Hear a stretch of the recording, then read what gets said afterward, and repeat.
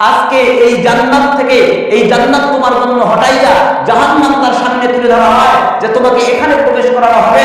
যখন তার সামনে জাহান্নাম তুলে ধরা হয়, তখন সে জাহান্নামের দিকে তাকাইয়া তাকাইয়া ডানে একবার মাথা নাড়ে, বামে একবার মাথা নাড়ে, অর্থাৎ বুঝাইতে চায় এই জাহান্নামে আমি যাব না। বললেই হবে? বললেই হবে? কারো ক্ষমতা আছে বাসা? কারো ক্ষমতা নেই। এই জন্য এখনো যারা মা বাবার সঙ্গে খারাপ আচরণ করি, মা বাবার সঙ্গে দুর্ব্যবহার করি, মা বাবা যদি খ্রিস্টানও হয়, মা বাবা যদি অমুসলিম হয়, মা বাবা যদি আপনার সাথে অন্যায় করে থাকে, মা বাবা যদি সকল সম্পত্তি আরেক ছেলেকে লিখে দেয়, এখানে আপনার কিছু বলার নেই। আপনার কিছু বলার আছে? আপনার কিছু বলার নাই, কারণ সম্পদ তার। সম্পদ কার? সম্পদ তার। সম্পদ তার, যাকে মনে চায় তাকে দিয়ে যাবে, আপনার এখানে কিছু বলার নাই। হযরত আবু হুরায়রা রাদিয়াল্লাহু তাআলা আল্লাহর রাসূলকে এসে বলেন, ইয়া রাসূলুল্লাহ, ইয়া হাবিবাল্লাহ, ওগো আল্লাহর নবী, সাইয়্যিদুল মুরসালিন, রাহমাতুল লিল আলামিন, আপনি আবার আম্মা আমাকে আজকে মারছে। আজকে আবার মা আমাকে মারছে। কার কাছে বিচার দিছে? বিশ্ব নবীর কাছে বিচার দিছে। কার কাছে? বিশ্ব নবীর কাছে। রহমতে আলম সারওয়ার কায়নাত জনাব মুহাম্মদুর রাসূলুল্লাহ সাল্লাল্লাহু আলাইহি ওয়াসাল্লাম বলেন, আবু হুরায়রা, তুমি আসছো তোমার মায়ের নামে বিচার দিতে। ও আবু হুরায়রা, তোমার মায়ের নামে আমার বিচার দিয়ে কোনো লাভ হবে না। আমি তোমার মায়ের বিরুদ্ধে কোনো বিচার করতে পারবো না। আবু হুরায়রা বলেন, ইয়া রাসূলুল্লাহ, ইয়া হাবিবাল্লাহ, আমি আপনার দরবারে বিচার দেওয়ার জন্য আসি নাই, আপনার দরবারে নালিশ করার জন্য আসি নাই। ইয়া রাসূলুল্লাহ, ইয়া হাবিবাল্লাহ, আপনি আমার আম্মার জন্য দোয়া করেন, আপনি আমার মায়ের জন্য দোয়া করেন, আল্লাহ তাআলা যেন আমার মাকে ইসলাম ধর্ম গ্রহণ করার তৌফিক দান করেন। হযরত আবু হুরায়রা বলেন, আল্লাহ রাসূল হাত তুলছেন, দোয়া করতেছেন আমার মায়ের জন্য। আমি চিন্তা করলাম একটা দৌড় দেই, আমি আগে বাড়িতে পৌঁছাইতে পারি নাকি আবু হুরায়রা আগে বাড়িতে পৌঁছাইতে পারে, নাকি রাসূলের দোয়া আমার মায়ের জন্য আগে কবুল হইতে পারে। হযরত আবু হুরায়রা দৌড়ে গিয়ে দেখেন ঘরের দরজা বন্ধ, আর ঘরের ভিতর থেকে গোসল করার আওয়াজ আসতেছে। কিসের আওয়াজ আসতেছে? গোসল করার আওয়াজ আসতেছে। হযরত আবু হুরায়রা রাদিয়াল্লাহু তাআলা দরজার মধ্যে টোকা দিবেন, তখন ভিতর থেকে আওয়াজ আসছে, কে? বলে, আমি আবু হুরায়রা আসছি। কয়, বাবা একটু দাঁড়াও, আমি গোসল করে আসতেছি। আবু হুরায়রা বলেন, এতদিন পর্যন্ত আমার মা যখনই আমি ঘরে আসতাম আমার সঙ্গে দুর্ব্যবহার করত, আমার সঙ্গে খারাপ আচরণ করত, আমাকে গালাগালি করত। আজকে দেখি আমার মা আমাকে কয়, বাবা একটু দাঁড়াও, আসতেছি। ঘটনা কি? মা আজকে এভাবে বলে দেব। হযরত আবু হুরায়রা বলেন, আমার মা গোসল করে বের হয়ে আসছে। বের হয়ে আসার পর মা বলতেছেন, ও আবু হুরায়রা, আমাকে রাসূলের দরবারে নিয়ে চলো। আমি রাসূলের দরবারে গিয়ে কালিমা পড়ে মুসলমান হই। সুবহানাল্লাহ।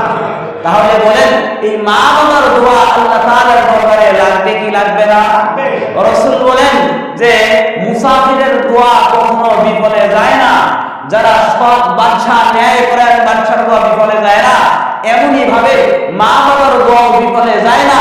বন্দুকের গুলি যেমন সুইচ টিপ দিলে মিস হয় না, মা বাবাও দোয়া করলে আল্লাহ তাআলার দরবার থেকে ফেরত আসে না। এই জন্য ভাই, মা বাবার দোয়াকে বদদোয়া না বানাই, মা বাবার দোয়াকে নিজের জন্য বুলেট না বানাই, বরং মা বাবার দোয়াকে নিজের কাজের জন্য লাগাই। এই জন্য ইবাদতের মাধ্যমে মা বাবার জন্য দোয়া করি, মা বাবার জন্য হাত তুলে আল্লাহ তাআলার কাছে বলি, রব্বিরহামহুমা কামা রাব্বায়ানি সগীরা। এরপর তাদের বন্ধু বান্ধব, আত্মীয় স্বজনের খবর নেওয়া, তাদের বন্ধু বান্ধব, আত্মীয় স্বজনের খবর নেওয়া। তাদের বন্ধু বান্ধব যারা ছিল তাদেরকে দেখা পাইলে আসেন, বসেন, এক কাপ চা খান। আমরা তো দেখা পাইলে এখন কথাও কই না, চা নি খাওয়ানি লাগে, চা খাওয়ানোর দ্বারা একবেলা ভাত নি খাওয়ানি লাগে। এই ভয়ে বাপ চাচার বন্ধু দেখা পাইলেও কি করি না, কথাই কই না, কোনো রকম টেরচা হবে বাচ্চা দিতে পারলে বাসি। অথচ এটাও একটা মা বাবার মৃত্যুর পর তার হক, তার বন্ধু বান্ধবের সঙ্গে সে যেমন আচরণ করছে তোমারও সেই রকম আচরণ করা দরকার। তারপরে 4 নম্বর, তাদের বন্ধু বান্ধব, নিকটাত্মীয় স্বজনদের সাহায্য সহযোগিতা করা। অনেক মানুষ বিপদের মধ্যে আছে, অনেক মানুষ আমাদের সমাজে মা বাবা দুনিয়ার মধ্যে নাই, কিন্তু তারা লাখপতি, কোটিপতি। এরা টাকার গরমে ঘুমাইতে পারে না, টাকার গরমে চলতে পারে না, গরিব দুঃখীরও সাহায্য করে না।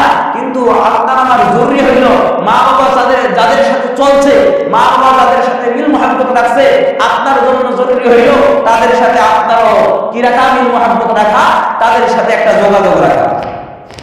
এরপরে তাদের ঋণ থাকলে ঋণ পরিশোধ করা। তাদের ঋণ থাকলে,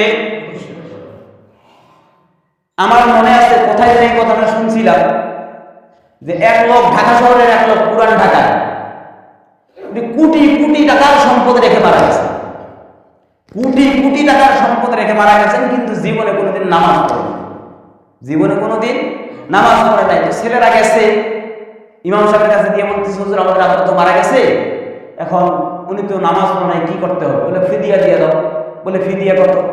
বলে প্রত্যেকটা ফিতিরের মূল্য যত, এখন কথা 100 টাকা, আমি সারা জীবন যতগুলা হয় হিসাব করে টাকা দিয়ে দাও। আমি সন্তানের হালায় মরতে হবে, হালার এখন ফিদিয়া দিব কাটা কয়, সে মরছে, এখন তার ফিদিয়া দিবে কে?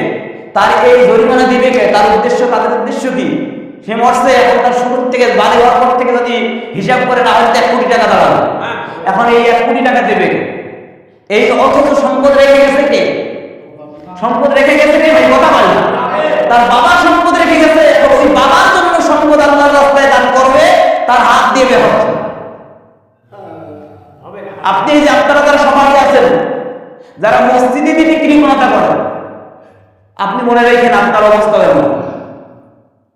আপনি লিখে রাখেন, আজকে খাতায় লিখে রাখেন, আপনার সন্তানকে তো আপনি দিন শেখাচ্ছেন না, আপনার সন্তানকে তো আপনি গান শেখাচ্ছেন, আপনার সন্তানকে আপনি সাংস্কৃতিক অনুষ্ঠানে পাঠান নাচার জন্য, আপনার সন্তানকে পাঠান 10,000 টাকা মাস দিয়ে গান শেখার জন্য, সারেগামা পাতালি শেখানোর জন্য। ওই সারেগামা পাতালি দিয়ে আপনাকেই পাতাই আছে। ঠিক, কোরআন পড়ানোর জন্য পকেট থেকে 1,000 টাকা বের হয় না, 1,000 টাকার দাম তখন তার 1 লাখ হয়ে যায়। আর বাড়িতে এসে ইংরেজি পড়ায়, বাংলা পড়ায়, মাসে 7 দিন কি 15 দিন পড়ায় 5,000 দিয়ে। এতে বুঝে গেল কোরআনের দাম নাই, তার বাংলা পড়ার দাম বেশি।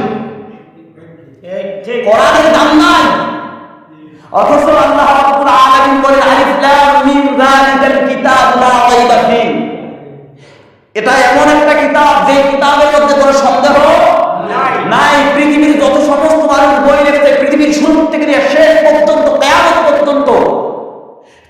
পর্যন্ত যত মানুষ বই লেখছে, লিখবে, লিখতে আছে, প্রত্যেকটা বইয়ের শেষে লেখা থাকে, বইয়ে যদি কোনো ভুল ত্রুটি পান আমাদেরকে জানাবেন, আমরা সংশোধন করে নেব। কিন্তু আল্লাহ রাব্বুল আলামিন ডাইরেক্ট চ্যালেঞ্জ দিয়েছে, ফাইন লাম তাফআলু ওয়া লাম তাফআলু ফাত্তাকুন নার আল্লাতী ওয়াকুদুহা আন-নাস। আল্লাহ রাব্বুল আলামিন বলেন, যদি পারো তাহলে কোরআনের মতো কোরআন একটা বানায়া দেখাও, কোরআনের মতো কোরআন একটা বানায়া দেখাও। আর না পারলে কি করো? জাহান্নামের আগুন থেকে বাঁচার চেষ্টা করো।